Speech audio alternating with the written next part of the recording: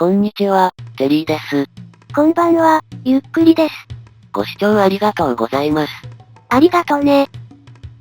さて前回は、海底で砂とイカスミ、それにまさかの粘土をゲットして一気に8ブロックの高さを緩和しました。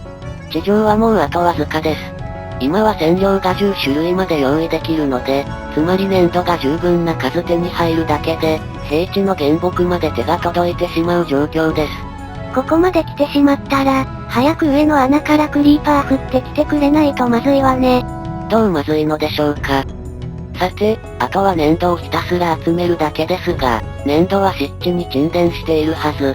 で、今まで見つけた湿地のエリアは大体この辺りです。これを制限ギリギリの高さでこんな感じで枝掘りし、それで湿地の湖を掘り当てようと考えてます。さて、拠点から東に約50メートルの湿地から、螺旋階段掘りで高さ制限まで登ります。なお台圧る橋を新調しましたが1本分で足りればいいのですが。それよりなんでこんな時にピンポイントで砂利掘り当てるのよ。さて、では湿地の湖掘り当て開始です。あら、上下に段で掘るの？上の方掘らないと湖掘り当てられなさそうだけど。まずは音を頼りに掘り進めてみます。掘り当てたいのは広めな湖で、広めな湖なら湖底のどこかに洞窟があるでしょうから、近くを通れば水流の音が聞こえるはずです。早くも洞窟？と思ったら私が直下した穴でした。ここ落ちたら死ねるんじゃない？最も浅い穴でも Y 座標18まであるんです。軽く死ねます。で、迂回した数歩先がリスポーン拠点です。先端がレンガだと建築物っぽいですね。1ブロックだけはね。塔の周囲を回り込んでいますが、なんだかベランダみたいになってきました。普通ベランダは建築物にひっついてるものよ。あや、また進行方向に穴が。歴代のテリーが手招きしているわね。さて、200メートルほど掘り進んだところですが。今確かにもうとなく生物の鳴き声が。どうせ地上に出たらいっぱいいるから声の方向探らなくてもいいわよ。さて、それからすぐに洞窟掘り当てました。水流の音の発生源はあの水源ですか。続いてすぐまた洞窟掘り当てたんですが、すっごく刈りやすい素直な雲です。でも、もっと序盤の方で出てきてくれればいいのに。つまり素直な雲じゃないのよ。で、次に掘り当てた洞窟では水流の音が大きいです。これなら地上から水が流れ込んでいる感じです。と思ってデバッグ情報を見たら、いつの間にか湿地バイオームを超えてしまっていたようです。気づいてなかったのね。10メートルも戻ったら湿地ですか。惜しいです。東西に掘るのはここまでですね。ここからは南北に枝を掘っていきます。今度こそ来たかな。また残念、ただの水源でした。その後、水流の音が聞こえないまま17分過ぎました。4本目の枝掘りしてたところです。そういえば赤キノコはまだ確保してなかったので取っておきます。あれ？インベントリに隙間がないわね。新実装の岩が圧迫してくるんですよ。その1分後、ようやくついに砂を掘り当てました。ビーチ、海岸バイオームに入ってしまっただけか。なかなか湖見つからないわね。もう掘り始めて40分なんですよね。わかった。この海岸にこそ求めてた湖があるんです。なんだって前作で船旅してた時、海洋と水蓮の葉が浮いてる湿地とが繋がってるのを時々見かけたんですよね。そういえば無数の船を葉っぱで大破させてたわね。海底からなら遠くまで見渡せるので、海に面した湿地の海っぽいのが見つかるかもしれません。で、ドア3つ作って海に出たのですが、水蓮の葉は陸地スレスレ。あの辺りの海底に行くには高さが足りないです。雷まで鳴らして結局ダメとか。つまりテリーは全滅したいのね。まあせっかくドアまで作って海底に出たので、少し漁ってみましょうか。運が良ければまた粘土が見つかるかもしれないですし。ところでなんで今松明置いたの？フェンスと間違えました。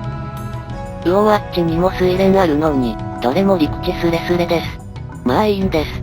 私は砂利の下の粘土を掘り当てるためにここに来たんです。20分弱砂利を掘り返しましたが、何も出てきません。そりゃそうよ。前は1時間半くらいかけてやっと粘土一塊だったでしょ。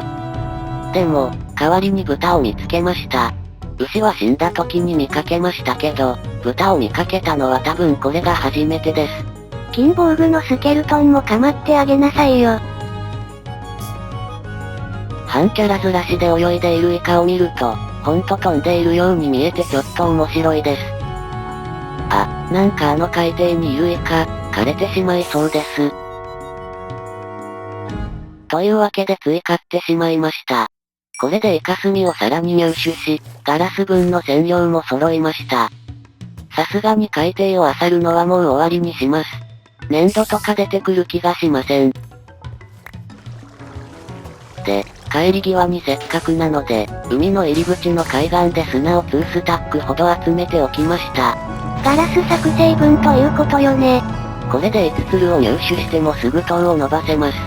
塔に積むのはつる入手後ですけどね。色付き型焼き粘土だけだと平地を歩ける高さまでは足りないんです。さて、一旦リスポーン拠点に戻って荷物整理と台やつる橋の慎重です。粘土集め計画は第3段階に移行します。移行？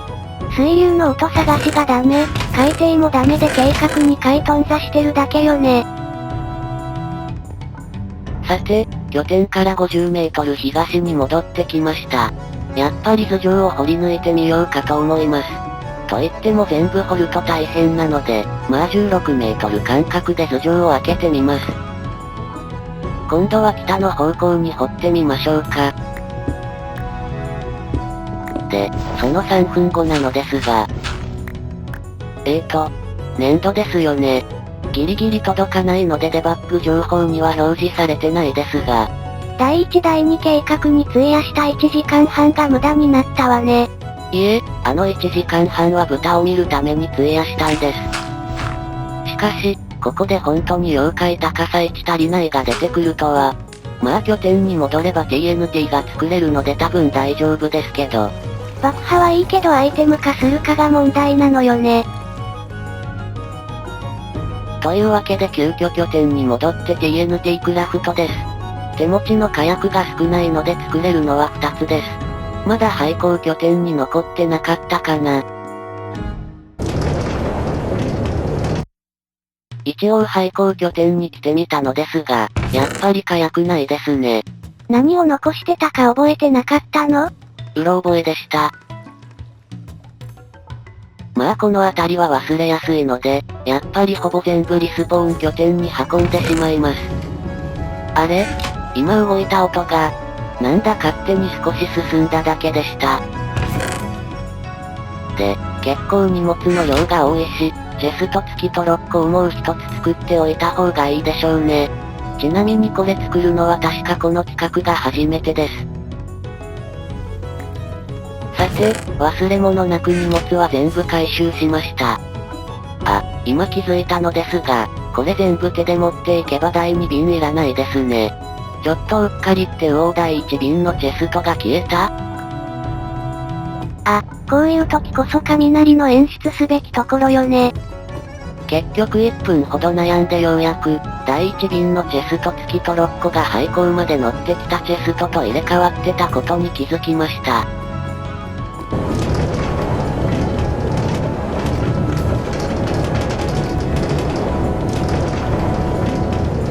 無事連結成功です。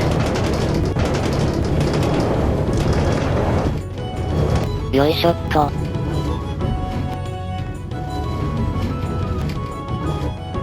よし、二つとも無事に拠点に留まってくれました。